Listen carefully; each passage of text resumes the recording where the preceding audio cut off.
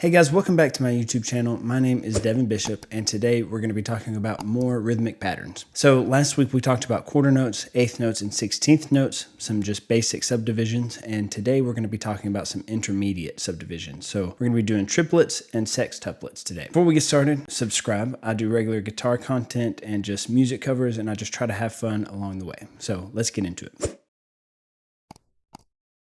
As I said before, today is an extension of last week, so if you're familiar with rhythms and subdivisions and those things, you probably don't need last week's video. If you want a refresher and a breakdown of how to apply some of those things on guitar, go check out that video. So first, before we get into playing, we're just going to learn how to count triplets. So musicians have several different ways that they do this. The way that I learned and kind of sticks with me is one lolly. So you'll say the number and then you'll say lolly. And so you'd have one lolly, two lolly, three lolly, four lolly.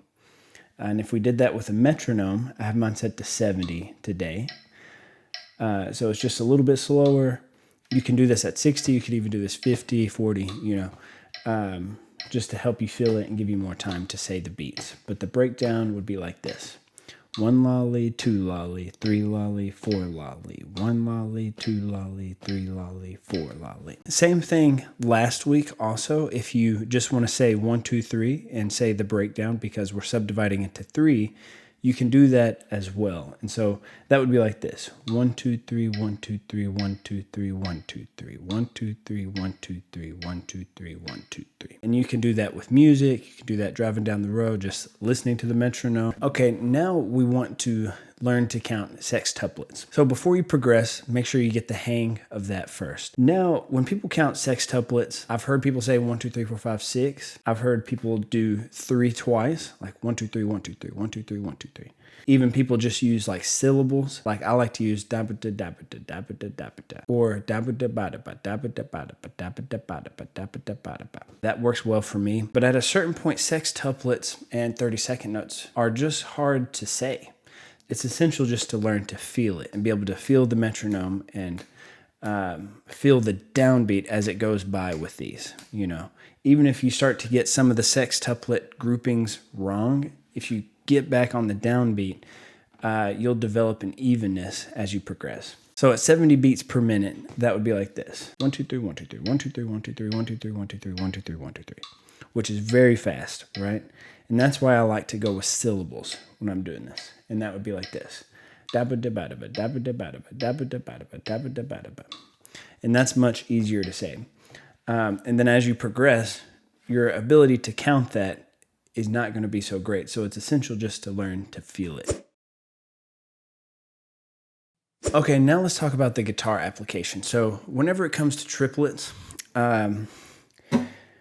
what I like to do if I'm playing like in 6/8 or some other triplet feel is I go down, up, down, and then I just repeat that. And so you have to do like a really quick come back up to do another down.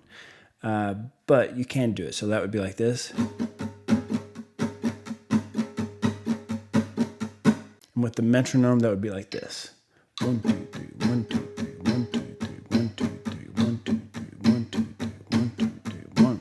Now to apply sextuplets, there's not really that many places that you would use sextuplets to like strum, apart from like a really fast funky feel or just some kind of like really quick da ba da da ba da ba, and then go back to like a regular feel.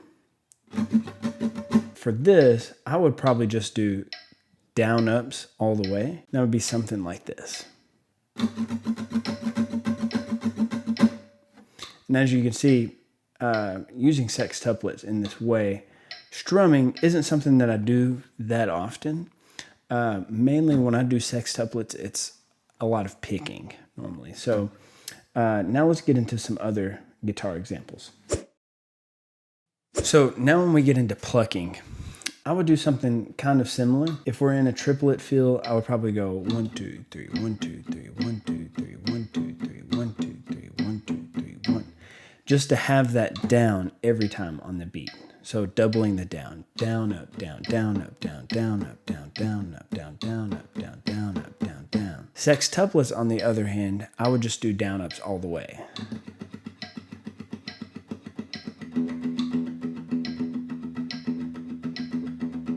And I think that feels much more natural than like a strumming. Okay, some other examples even further would be to use this with scales. So you could have 1, 2, 3, 1, 2, 3, 1, 2, 3, 1, 2, 3, 1, 2, 3, 1, 2, 3, 1. You could have the sextuplet feel also. 1, 2, 3, 1, 2, 3, 1, 2, 3, 1, 2, 3, 1, 2, 3, 1, 2, 3, 1. You could have this with arpeggios. 1, 2, 3, 1, 2, 3, 1, 2, 3, 1, 2, 3, 1, 2, 3, 1, 2, 3, 1.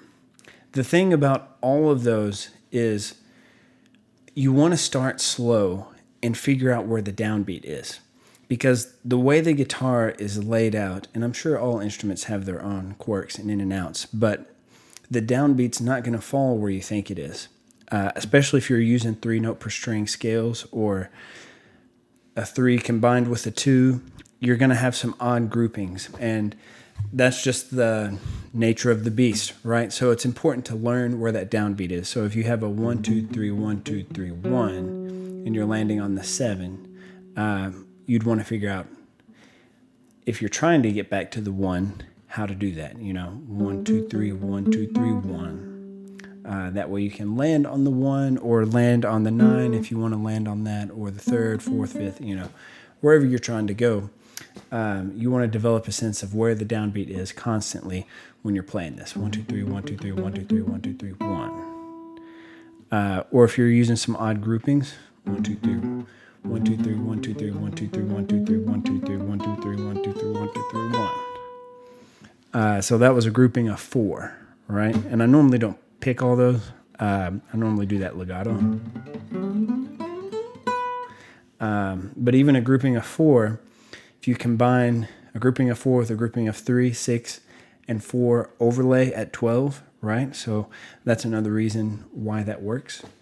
So now, especially with triplets, you can combine this with chords, and that's an easy thing to do. So you could have a 1, 2, 3, 1, 2, 3, 1, 2, 3, 1, 2, 3, 1, 2, 3, 1, 2, 3, 1, 2, 3, 1.